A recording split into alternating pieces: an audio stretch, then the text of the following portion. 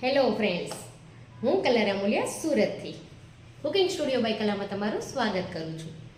આજે હું એક સરસ મજાનું તમારા માટે રેસીપીઓ લઈને આવી છું. મેં વિચાર્યું છે કે એક અઠવાડિયા સુધી આપણે રાતે ડિનરમાં શું બનાવવાના છીએ ને એ બધું તમારી સાથે શેર કરીશ, જેથી તમને આઈડિયા આવે કે રાતે જમવામાં શું બનાવવું.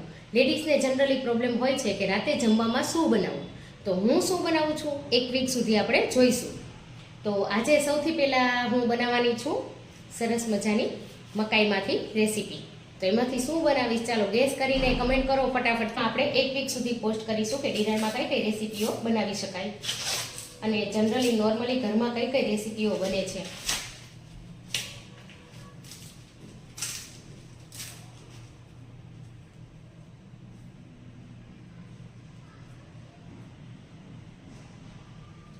ચાલો તો આપણે મકાઈના દાણા કાઢી લઈએ. તો એના માટે બે ભાગ કરી લઈશું અને આ રીતે પહેલા એક લાઈન કાઢી લેવાની છે. આ રીતે પહેલા વચ્ચેથી એક લાઈન કાઢી લઈશું, જેથી દાણા કાઢવાના ખૂબ જ ઈઝી થઈ જાય. જો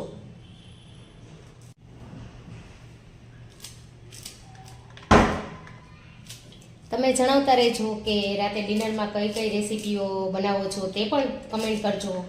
એટલે બધાને બીજા બધા જે રેસીપી જોતા હોય એને પણ આઈડિયા આવે કે રાતે ડિનરમાં કઈ કઈ રેસીપીઓ બનાવી શકાય. જો કેટલું ઇઝીલી ફટાફટથી નીકળી જાય છે. એક લાઈન આપણે ચાકાથી કાઢવાની હોય છે, ત્યાર પછી ફટાફટથી ખાલી 2 મિનિટ નહીં થાય, 2 મિનિટમાં જ સરસ મકાઈના દાણા આપણા બધા જ નીકળી જશે. જો ખૂબ ઇઝીલી નીકળી જાય છે બધું જ. તો આ રીતે આપણે 1 કપ જેટલી મકાઈ અહીંયા થઈ જશે. તો અહીંયા બધા જ દાણા નીકળીને તૈયાર થઈ ગયા છે. તો તમે ગેસ કરી લીધું હશે આઈ થિંક કે તમે શું બનાવવાના છો મકાઈમાંથી. મેં તો નક્કી કરી લીધું છે, હું બનાવવાની છું મકાઈના પરાઠા, જેને તમે બાળકોને લંચમાં પણ આપી શકો અથવા તો ડિનરમાં પણ લઈ શકો. આમાં ડુંગળી કે લસણ કંઈ પણ યુઝ નથી કરવાના, છતાં પણ એટલા સરસ ટેસ્ટી બનવાના છે. તો ચાલો જોઈ લઈએ રેસીપી. તો એના માટેના ઇન્ગ્રેડિયન્ટ્સ આપણે જોઈ લઈએ. આના માટે મેં લઈ લીધા છે 1 કપ મકાઈના કાચા દાણા, ચીઝ, આદુ મરચાં, પીઝા મસાલો, થોડા ધાણા, મીઠું, ચીલી ફ્લેક્સ, પનીર અને ઘી અને પરાઠાનો લોટ બાંધીને તૈયાર કરી લીધો છે. મકાઈના જે દાણા છે એને આપણે મિક્સર જારમાં લઈ લઈએ. આપણે તેને પૂરેપૂરા ક્રશ નથી કરવાના, આપણે તેને ચાલુ બંધ કરીને ક્રશ કરીશું. ત્યારબાદ તેમાં આદુ મરચાં અને તેમાં જ આપણે ઉમેરી દેવાના છે થોડા કૂણા દાંડી સાથે ધાણા ભાજી લઈ લીધા છે તે ઉમેરી દઈશું. અને હવે આપણે આને અધકચરું પીસી લઈશું. જો 2 થી 3 વાર ખાલી મિક્સરને ચાલુ બંધ કરી અને આ રીતે મેં મિશ્રણ તૈયાર કરી લીધું છે. તો એને હવે આપણે એક બોલમાં કાઢી લઈએ. જો આ રીતે છે મિશ્રણ. એકદમ આપણે તેને પીસું નથી, થોડું આ રીતે દરદરું દાણાવાળું રાખ્યું છે. તો હવે એમાં આપણે ચીઝ ઉમેરી દઈશું. આ આપણે પ્રોસેસ ચીઝ લીધું છે. તમને જો મોઝરેલા ચીઝ પસંદ હોય તો તમે મોઝરેલા ચીઝ પણ લઈ શકો. તો મેં અહીંયા પ્રોસેસ ચીઝ લીધું છે. તમારા ટેસ્ટ મુજબ તમે વધારે ઓછું લઈ શકો. ચીલી ફ્લેક્સ, પીઝા મસાલો, ચીલી ફ્લેક્સ તમને તમારા તીખાસ મુજબ જેટલા જોવે તેટલા ઉમેરી દેવા. અને અહીંયા મીઠું લઈ લીધું છે. આપણે ખૂબ જ ઓછી સામગ્રીમાં બનાવીશું.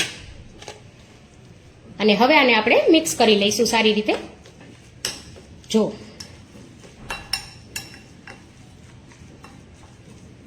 તો આ આપણું મિશ્રણ બનીને તૈયાર થઈ ગયું છે. કોઈ દાણા દેખાઈ રહ્યા હશે આ રીતે ફ્રેન્ડ્સ, તો ખૂબ જ સરસ લાગશે. તો હવે આપણે બીજી સાઈડ આપણે ગેસની ફ્લેમ અહીંયા ચાલુ કરી દઈએ.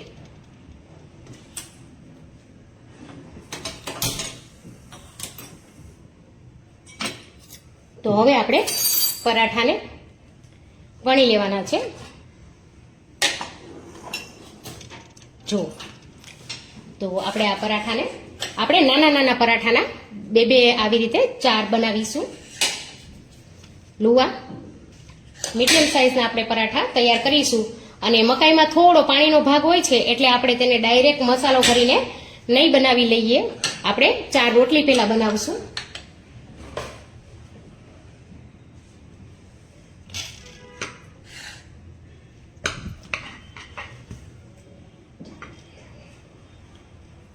તો એના માટે મેં અહીંયા થોડો સૂકો લોટ પણ લઈ લીધો છે. અને આમાં મેં પનીર પણ લીધું છે. સોરી ફ્રેન્ડ્સ, પનીર ઉમેરવાનું ભૂલી ગઈ છું, તો પનીર પણ ઉમેરી દઉં છું.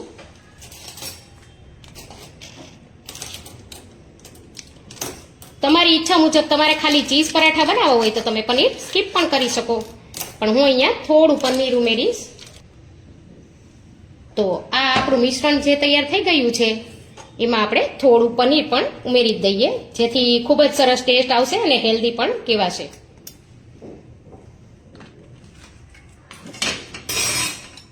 તો હવે હું સારી રીતે આ બધું મિક્સ કરી લઉં છું. તો હું અહીંયા હવે રોટલી 4 વણી લઉં છું નાની નાની.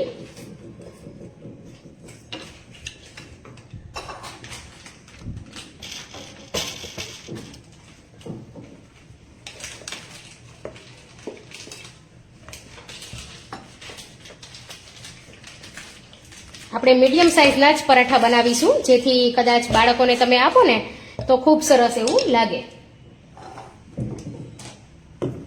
તો અહીંયા આપણે 4 આ રીતે પરાઠા નાના નાના બનાવી લઈએ.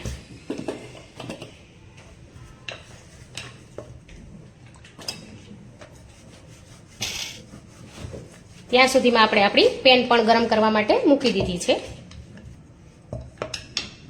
તો આ મેં આ 4 રોટલી અહીંયા બનાવી લીધી છે. આ રીતે જે બનાવેલા પરાઠા છે, રોટલી અથવા પરાઠા તમે કંઈ પણ કહી શકો. જો થોડી વાર થાય એટલે આમાંથી થોડું પાણી છૂટવા લાગે છે મકાઈમાંથી, એટલે આપણે આ રીતે બનાવીએ છીએ. સીધા આલુ પરાઠાની જેમ બનાવતા નથી. તો અહીંયા હું આ રીતે મસાલો ભરી દઉં છું. જે આપણે મકાઈનું સ્ટફિંગ બનાવ્યું છે તે આપણે ભરી દેવાનું છે. જો કોઈક દાણા આવશે ને આ રીતે તો બહુ જ સરસ ટેસ્ટ આવશે. તો મસાલો આપણે પૂરેપૂરો સરસ ભરી દઈશું.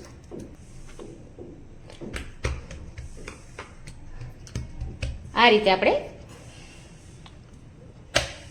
બની ગયું છે મારું પરાઠું. તો હવે આપણે ગેસ મેં અહીંયા પહેલેથી જ સ્ટાર્ટ કરી દીધો હતો. તો હવે તેમાં આ પરાઠું ઉમેરી દઉં છું. અને એ જ રીતે સેમ હું બીજું પરાઠું પણ બનાવી લઉં સ્ટફિંગ વાળું. એક પરાઠામાં શેકી છે ત્યાં સુધીમાં આપણે બીજા પરાઠામાં પણ સ્ટફિંગ ભરી લઈએ. જો ટેસ્ટમાં એટલું સરસ લાગશે ને ફ્રેન્ડ્સ, આ ખૂબ જ ટેસ્ટી. આપણે આજે 2 પરાઠા બનાવીને તૈયાર કરીશું. આને તમારે પાછું વણવું હોય તો વણી શકો, પણ આપણે વણતા નથી કેમ કે આપણે સરસ એવું ચોટી જ ગયું હશે આ. તો હવે આપણે અહીંયા અમૂલનું ઘી યુઝ કરવાના છીએ. તો એક સાઈડ થઈ જાય એટલે આપણે તરત જ ચેન્જ કરી લઈએ. જો આપણે અહીંયા મીડિયમ ગેસ પર રાખ્યું છે. તો આપણે આ ઘીથી આપણે એક બાજુ સરસ લગાવી દઈએ.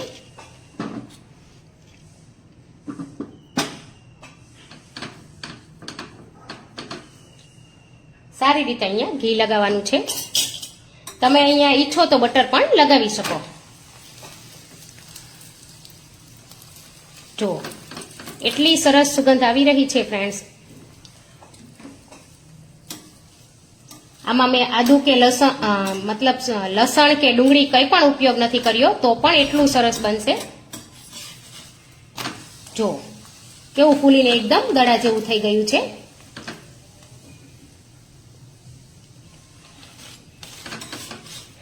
મકાઈના પરાઠા સરસ મજાના ક્રિસ્પી બની ગયા છે. જો કેટલું સરસ ફૂલી ગયું આખું.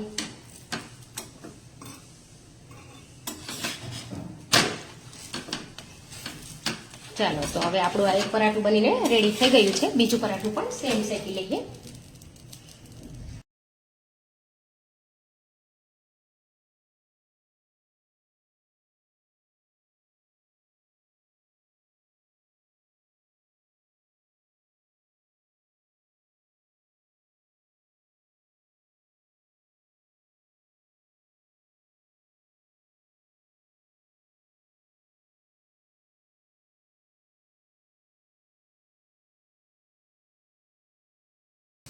જો એની ડિઝાઇન પણ કેટલી સરસ પડી છે. જો ફૂલીને એકદમ. હવે ગેસની ફ્લેમ અહીંયા બંધ કરી દઉં છું. મારા પરાઠા તૈયાર થઈ ગયા છે.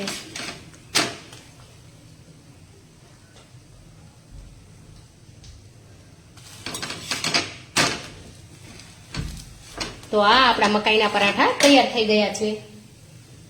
તો ચાલો તેને સર્વ કરી લઈએ. તો જો